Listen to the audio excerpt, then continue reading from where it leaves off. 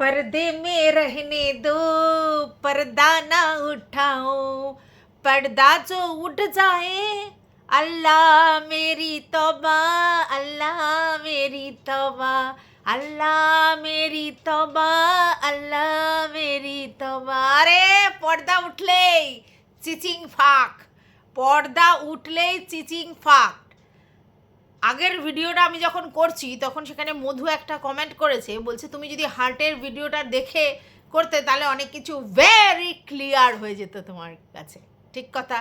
এখন ব্যাপারটা হচ্ছে এতগুলো কন্টেন্ট একসাথে চলে এসেছে, তো মানে ঢোক গিলতে চলে যাচ্ছে সময়। তো আমি একটা একটা কন্টেন্ট নিয়ে একটা একটা করে মালা গেঁথে ভিডিও করছি।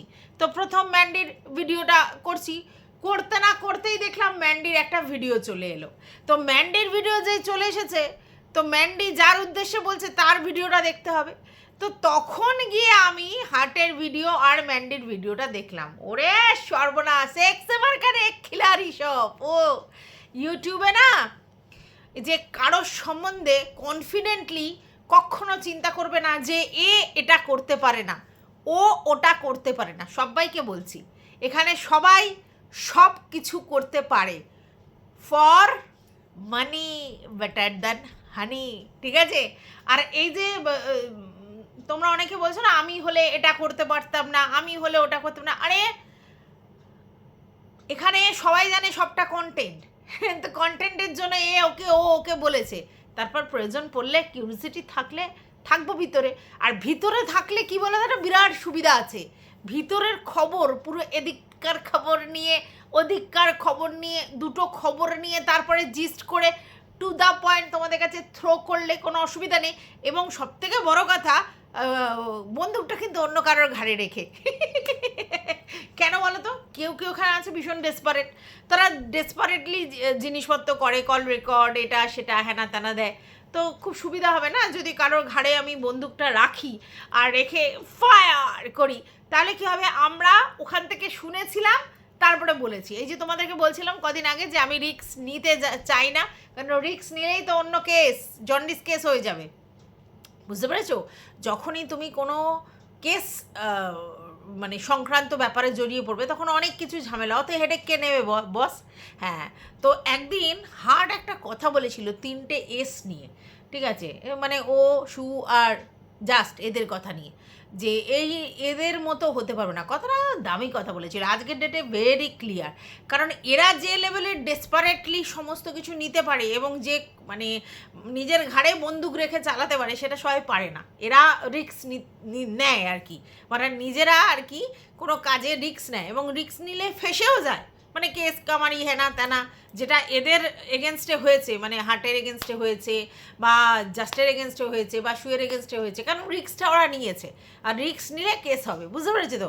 এবার এরা ডেসপারেটলি সেই হেডেকটা নিতে পারে, কিন্তু বাদবাকি যারা আছে তারা একটুখানি অন্যরকমভাবে চলে, কারণ জানে কেস করলেই আমাকে ছুটতে হবে, যেতে হবে, করতে হবে, বাড়ি হেজিয়ে যাবে, এই হয়ে যাবে, ইমেজের ধাজিয়া উড়ে যাবে, অনেক ব্যাপার আছে, বুঝতে পেরেছো তো?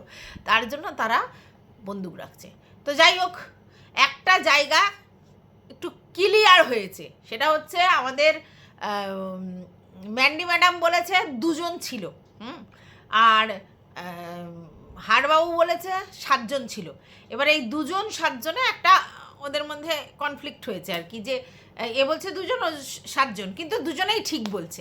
এবারে ম্যান্ডি 2জন মানে বলেছে আননোন, যে 2জন আননোন মানে চেনে না তা নয়, মানে আননোন মানে ওরা ওদের লোকজন ছাড়া, মানে ওর গোল্ডি দিদি, ওর মেক্সিকো দিদি, ওর বর, এরা তো ওর একদম বুঝু, মানে নিজের লোক।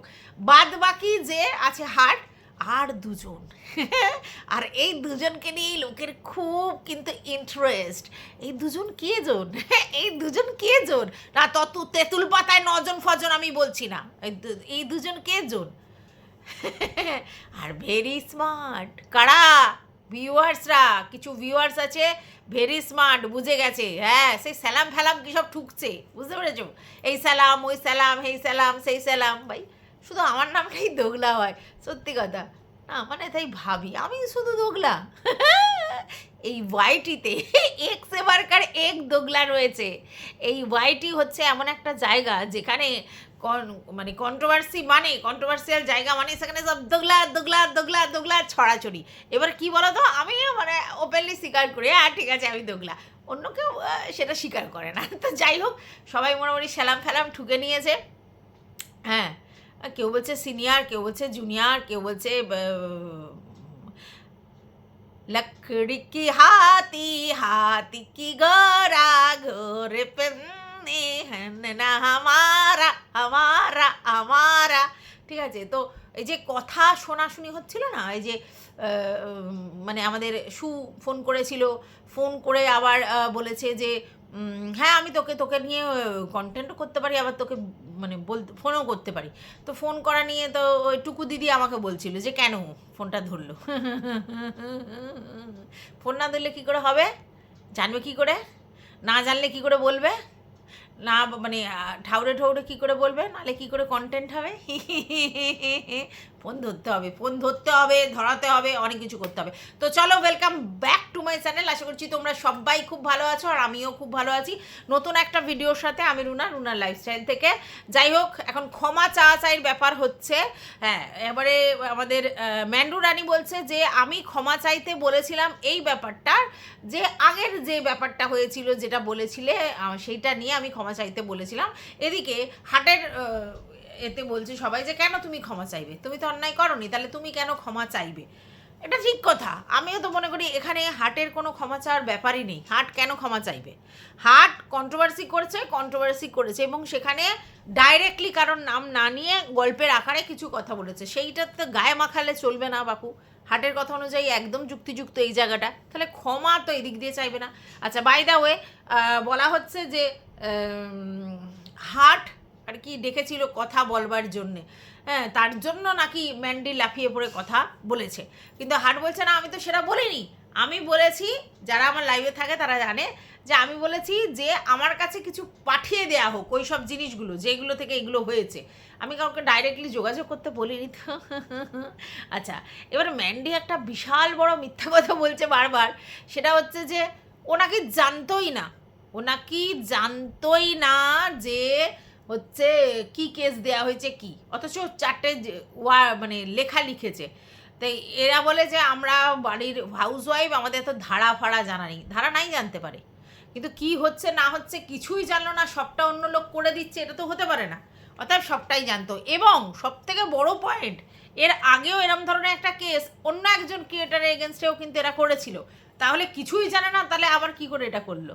তাহলে তখনও করেছিল, এখনও করেছিল, তবু কিচ্ছু জানে না, কোর্টের ব্যাপারে কিচ্ছু জানে না, দুম করে কেস করতে চলে গেল। এই জায়গাটা একটা গলতি আছে। আচ্ছা, তারপরে হচ্ছে বক্তব্য যে তুমি যদি মন থেকে কোনো দিন ক্ষমা না করতে পারো তাহলে ক্ষমা করো না। এখানে মনের কাজ হয় না, এখানে শুধু ধনের কাজ হয়। হ্যাঁ, মানে পয়সা ধান সম্পত্তির কাজ হয়। ঠিক আছে। আচ্ছা, তারপরে বক্তব্য হচ্ছে যে আমার কোনো আর কাউকে হায়ার করা লাগবে না, কারণ হাটের লাইভে অনেকে বলেছে এইবার তোমাকে হায়ার করবে বা তোমার উপরে করবে, তোমাকে নিয়ে করবে। আরে ভাই, এই যে বড় বড় লেকচারটা দেয়া হলো না যে আমার আর কাউকে হায়ার করার লাগবে না, আমি কোনো কন্ট্রোভার্সি ক্রিয়েটারের সঙ্গে এখন পর্যন্ত আর কোনো যোগাযোগ নেই, রাখবও না। আমার চ্যানেল কিন্তু এই করে দাঁড়ায়নি। 20, 21, 22, 23, 24 তখন আমার কোনো কন্ট্রোভার্সি ক্রিয়েটারের সঙ্গে আলাপ ছিল না। তখন আমি এইগুলো দেখে ভাইরাল হয়েছিলাম। এক্স্যাক্টলি, তুমি পেয়েছো? তুমি এমন একটা ক্রিয়েটার যে আগে একটা ওই কত মিলিয়ন বললে সেটা করতে, তো সেটা যখন বন্ধ হয়ে গেল, স্বাভাবিক যখন তোমাকে ইউটিউবে লোক পেল, সবাই হামলে পড়লো এবং তোমার এই নিডি বেশ জায়গাটা থেকে তোমাকে পছন্দ করে অ্যাকসেপ্ট করলো এবং তোমার যে মানে ভিডিওগুলো ভাইরাল হয়েছে সেগুলো সবাই জানে যে হ্যাঁ সেগুলো তোমার নিজের কন্টেন্ট দেখেই তুমি এসেছো। কিন্তু বস, যখন থেকে তুমি গুলছাড়িয়া ওড়াতে শুরু করলে, যখন থেকে তুমি নিজের ইমেজ ক্লিয়ার করার জন্য একটা করে দালাল রাখার চেষ্টা করলে, তো সেটা তো এই আগের সময় নয়। তুমি জানো তুমি যা তোমার পার্সোনাল লাইফে ঘটিয়েছো, সেটা যদি ইমেজটা ক্লিয়ার না হয়, তো যদি তোমার দিকটা ঠিক না হয়, ফেয়ার না হয়, তাহলে লোকে তোমায় ওখানে অনেক কিছু করবে। হ্যাঁ, ইউটিউবে ইনকামটা তোমার তখন অনেক কিছু প্রবলেম হবে। সেই জন্য সেই সময় থেকে তোমার দালাল হায়ার করার ছিল। আগে তুমি কন্ট্রোভার্সি ক্রিয়েটারের উপর নির্ভর করতে না, এটা সত্যি। অতীত টানলে না, হ্যাঁ আমরা টানলেই দোষ। আর এখন তোমাকে কন্ট্রোভার্সি ক্রিয়েটারকে হায়ার করতে হয়, তার পিছনে রিজন তুমি নিজে এখন পিছনে অনেক গন্ধ লাগিয়ে নিয়েছো। যেই ম্যান্ডির কথা তুমি বলছো সেই ম্যান্ডি আর এই ম্যান্ডির কন্টেন্ট এখন তখন এক নয়। তুমি ডেলি ব্লগিং দেখাও, কিন্তু তুমি নিজে বলেছো 3 বছর ধরে তুমি কন্ট্রোভার্সির ছোঁয়া দিয়েই ভিডিও করছো, এটা তুমি বলেছো। আর তুমি এটা বলেছো আই লাভ কন্ট্রোভার্সি, না ভুলে গেলে চলবে। এখন বলছে আমার কোনো প্রয়োজন নেই, আমার কাউকে দরকার নেই। প্রত্যেকে জানে তুমি দালাল হায়ার করা ছাড়া চলতে পারো না, এবং লোক প্রমাণও পেয়েছে। তুমি শুধু তোমার ছর্দি না, আরও অন্য ক্রিয়েটারদেরকেও অন্য ভিউয়ার্সদের মাধ্যমে অনেক কিছু পাঠিয়ে রেখেছো, এবং মারুর এগেনস্টেও অনেক কিছু তোমরা তথ্য এদিক ওদিক করেছিলে, কল রেকর্ড দিয়েছিলে। তারা কোত্থেকে পেলো? তাহলে এগুলো তো তোমরাই করেছো। হ্যাঁ, তুমি ওইভাবেই দালাল রাখো, আর তারা সেটা স্বীকার করে না, কিন্তু তোমার হয়েই তারা ভিডিও করতে শুরু করে দেয়। এবার তুমি দেখলে যে এই সুযোগ, সঙ্গে সঙ্গে কন্ট্রোভার্সি ক্রিয়েটারদের কাছে করো জোরে ক্ষমা, সবার কাছে ক্ষমা চাইছি। এবং তুমি বললে যে আমি অফ ক্যামেরায় অনেক কন্ট্রোভার্সি ক্রিয়েটারকে নিয়ে বাজে কথা বলেছি, আমি ভিডিওতে এসে বলিনি, কিন্তু বলেছি তাদের কাছে ক্ষমা চাইছি। পয়েন্ট এখানেই।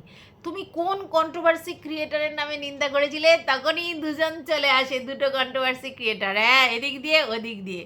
হ্যাঁ, আর সেই কন্ট্রোভার্সি ক্রিয়েটারদের কাছেই অ্যাকচুয়ালি তুমি ইনিয়ে বিনিয়ে ক্ষমা চেয়ে নিলে, তাই তো? সব কন্ট্রোভার্সি ক্রিয়েটারের কাছে তুমি ওইভাবে ক্ষমা চাওনি, ওটা তো বলতে হয় সব কন্ট্রোভার্সি ক্রিয়েটার। কিন্তু তুমি স্পেশালি কাদের নিয়ে আলোচনা করতে? ছর্দির এগেনস্টে যারা কন্ট্রোভার্সি করতো, তারা ছর্দির এগেনস্টে, তার জন্য ছর্দি সেই ব্যাপারে মানে ইন্টারেস্টেড থাকবে। আর তুমিও তাদের নিয়ে, যেহেতু ছর্দির এগেনস্টে, তাই তোমার এগেনস্টেও কিছু কিছু কন্টেন্ট করতো, তুমি সেগুলো দেখেছো। এবং তুমি লাইভে বসে বলছিলে, হ্যাঁ এক রিম্পুর আর এক দীপ্তিদি দুজনের টাইটেল দেখে, ও হো পয়েন্ট এখানেই। আর তাদের ওখানেই তুমি ক্ষমাটা চাইলে যে এদের নিয়ে আমি অনেক ভালা বুড়া বলেছি বলেছি বলেছি। এখন তোমাকে ক্ষমা চাইতে হলো, আর ক্ষমা চাওয়ার কারণটা কি ব্যান্ডি?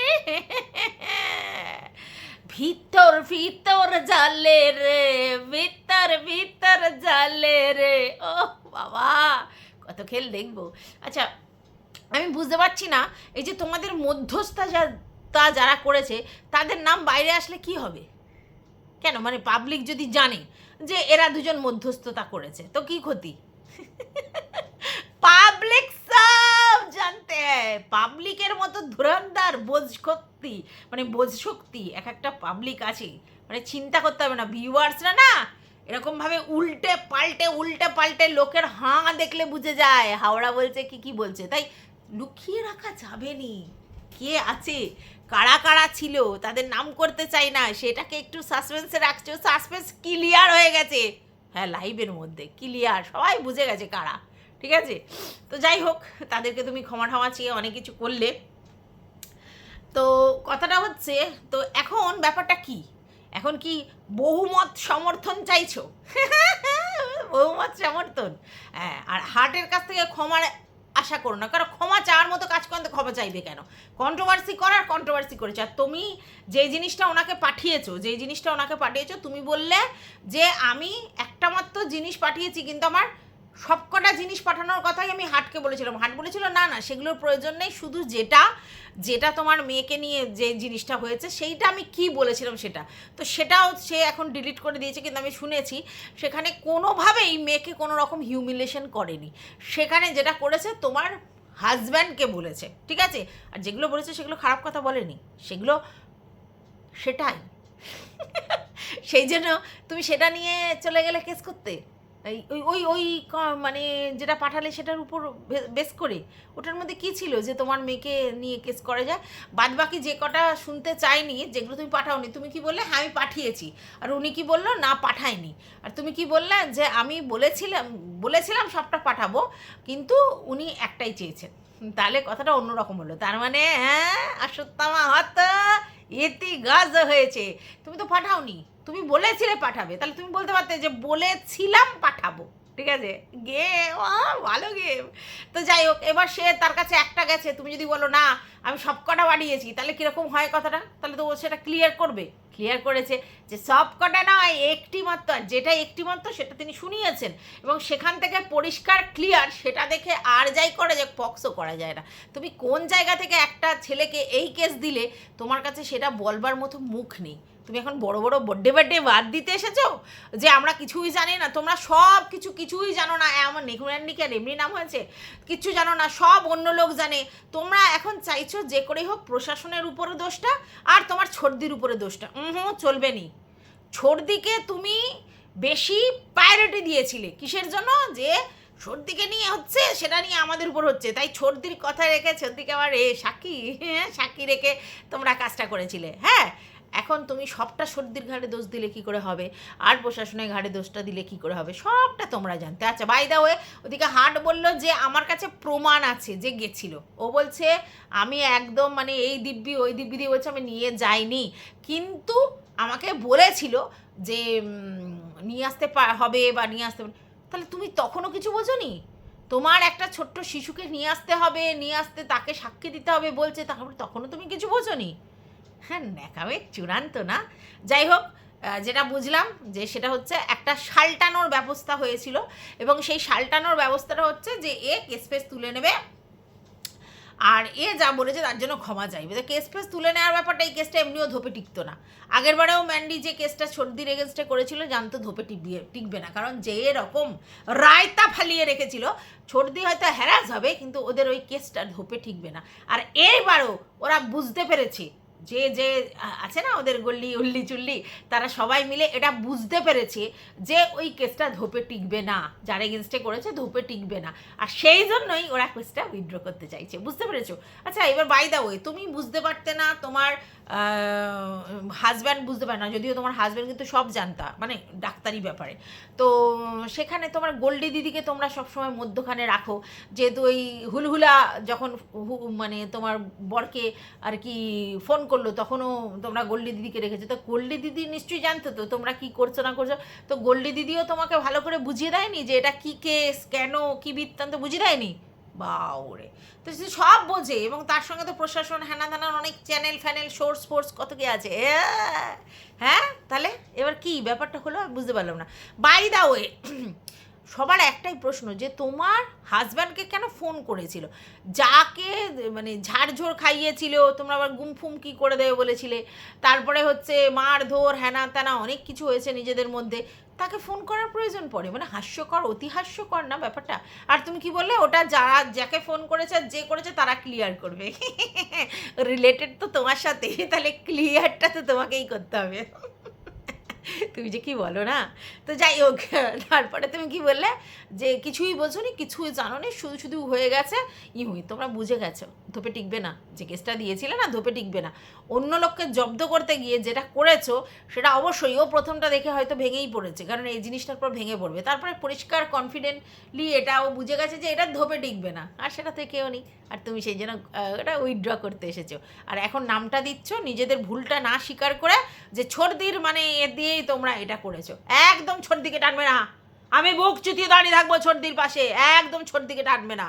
ছর্দিকে তোমরা মিডিয়েটার করে, ছর্দি তোমাদের হয়তো প্রভোগ করতে পারে, করো করো করো, আমি সাক্ষী দেবো, আমি আছি, যাই হোক হোক, কিন্তু তারপরে ছর্দিকে দোষারোপ করবে না। তোমরা কি লজ্জায় কোন জায়গা থেকে ওই যে যেটা পেলাম সেইটা যেটা লাইভে বলছে ওটার উপর বেস করে কি করে পক্স দাও গো? নাটক না, লোককে শুধু বাঁশ দেওয়ার চেষ্টা, লোককে হ্যারাস করার চেষ্টা। হ্যাঁ, কন্ট্রোভার্সি ক্রিয়েটারের সঙ্গে কোনো যোগাযোগ নেই, যোগাযোগ না, তোমার কন্ট্রোভার্সি ক্রিয়েটার ছাড়া চলে না। এই মধ্যস্থতাও করেছে কন্ট্রোভার্সি ক্রিয়েটাররা। কন্ট্রোভার্সি ক্রিয়েটার ছাড়া চলে? চলে না। আবার তো অন্য জায়গায় শুনেছিলাম তাদের সঙ্গেও তোমাদের যোগাযোগ ছিল, ফোন করতে, একটু কথা বলো, একটু কথা বলো। কন্ট্রোভার্সি ক্রিয়েটার ছাড়া চলে না তোমাদের। হ্যাঁ, এইবার তুমি যদি নিজেকে পরিবর্তন করো সেটা আলাদা কথা। তুমি জানো পরিবর্তন করলে কি হবে? বলবো কী হবে? আগে যে তুমি ভাইরাল ফেস ছিল না, লাখ লাখ ভিউজ কামিয়েছো, এখন আর সেটা নেই। এখন কম্পিটিশন মার্কেট, অনেক ভালো ভালো এসছে, তোমার ওই ভুয়ো গল্প আর কেউ শুনতে চায় না, ঠিক আছে? আর তোমার দেখানোর মতো আর তেমন কিছুই নাই। ঠিক আছে, ডেলি ব্লগে ভালো লাগছে না, এ লাগছে না, এরকম বোরিং ব্লগ দেখতে কেউ ভালোবাসে না। তাই তুমি জানো 5 লাখের চ্যানেল হলেও 30-32-এই তুমি থেমে যাবে তোমার রিয়েল ব্লগ দেখালে। আর তার জন্যই তোমার কন্ট্রোভার্সি ক্রিয়েটারদের নিয়ে এত নাড়াঘাটা, যাতে কিনা কখনো কখনো ভিউজ 60, 70, 80, 90 চলে যাক। এইবার যদি তুমি স্পেশালি এটা করো যে না আমি আর কন্ট্রোভার্সিয়াল কোনো টপিক রাখবো না, নর্মাল ব্লগ দেবো, তার থেকে যা ইনকাম হবে বাদ বাকি আমি বিজনেসে কনসেন্ট্রেট করব, তাহলে আলাদা কথা। বুঝতে পেরেছো? হেডেক তুমি নিতে চাও, ঝামেলার মধ্যে তুমি পড়তে চাও, সারাক্ষণ নিজেকে ঝামেলার মধ্যে রাখতে চাও, তোমার মাইন্ড ফাঁকা থাকে না, সারাক্ষণ মাইন্ডের মধ্যে তুমি হেডেক নিয়ে চলতে চাও, শান্তশিষ্টভাবে তুমি থাকতে চাও না, তুমি চাও যে আমার লাইফটা ঝুট ঝামেলা পাজেলের মধ্যে চলুক, মাথার মধ্যে কেড়ে পোকাগুলো গড়গড় গড়গড় করুক, সেই জন্যই তুমি এগুলো করো। যতদিন না তুমি পুরোপুরি বাইরের লোকেদের থেকে পুরো ডিট্যাচ হবে, শুধুমাত্র তোমার ফ্যামিলি নিয়ে থাকবে, ততদিন পর্যন্ত কন্ট্রোভার্সিয়াল কেসগুলো চলতে থাকবে।